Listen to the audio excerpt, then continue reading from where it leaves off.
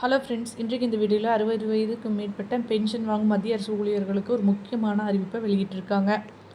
National ஓய்வூதிய திட்டத்திலிருந்து ஒரு முக்கியமான அறிவிப்பு வந்திருக்கு. மத்திய அரசு 2024ஆம் ஆண்டில் அறிமுகப்படுத்திய ஒருங்கிணைந்த ஓய்வூதிய திட்டம் இப்போது நவம்பர் 30ஆம் வரை தேசிய ஓய்வூதிய திட்டத்தில் இருந்த ஊழியர்கள் மாறிக்கொள்ள ஒரு வாய்ப்பு வழங்கியுள்ளது.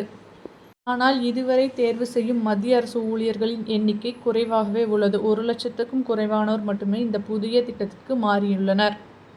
பழைய ஓய்வூதிய திட்டம் ஓபிஎஸ் மற்றும் என்பிஎஸ் ஆகிய இரண்டின் சிறந்த அம்சங்கள் இணைத்து உருவாக்கப்பட்டது. இதுதான் யுபிஎஸ் திட்டமாகும். அதாவது ஒருங்கிணைந்த ஓய்வூதிய திட்டம். அரசு ஊழியர்களுக்கு வாழ்நாள் முழுவதும் உறுதியான மாதாந்திர ஓய்வூதியம் வழங்கும் நோக்கில் வடிவமைக்கப்பட்டது. குறைந்தபட்சம் 10 ஆண்டுகள் சேவை செய்தவருக்கு குறைந்தபட்சம் ஓய்வூதியமானது வழங்கப்படும். அதிக ஓய்வூதியம் பெற 25 ஆண்டுகள் சேவை செய்ய வேண்டும். ஓய்வு பெறும்போது கடந்த 12 மாத சராசரி அடிப்படை ஊதியத்தின் 50% மாதாந்திர ஓய்வூதியமாக வழங்கப்படும்.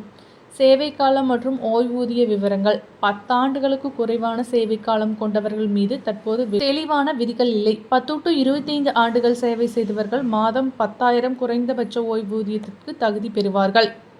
2025 ஏப்ரல் 1 அல்லது அதற்கு பிறகு மத்திய அரசில் சேர்ந்தவர்கள் ட்ரெய்னிங் அதிகாரியிடம் அல்லது நேரில் படிவங்களை சமர்ப்பிக்க வேண்டும். டிடிஓ வழியாக படிவங்கள் அனுப்பப்பட்டு பிரான் நிரந்தர ஓய்வூதிய கணக்கு எண் உருவாகும். ஒரு முறை மாற்றிய பின்னர் மீண்டும் மாற்ற முடியாது. பணி நீக்கம் அல்லது ஒழுங்குமுறை நடவடிக்கை எதிர்கொள்ளும் ஊழியர்கள் இந்த மாற்றத்திற்கு தகுதியில்லை. யுபிஎஸ் திட்டத்திற்கு மாறும்போது என்பிஎஸ்ஸில் வழங்கப்படும் 4% கூடுதல் பங்களிப்பு உங்கள் கணக்கில் சேர்க்கப்படும். ஒரு முறை மாற்றிய பின்னர் யுபிஎஸ் திட்டத்தின் கீழ் கிடைக்கும் பலன்கள் தகுதி பெற முடியாது. இந்த புதிய திட்டம் மத்திய அரசு ஊழியர்களுக்கு மிகவும் பாதுகாப்பான மற்றும் உறுதியான ஓய்வூதியத்தை வழங்கும் வகையில் வடிவமைக்கப்பட்டுள்ளது.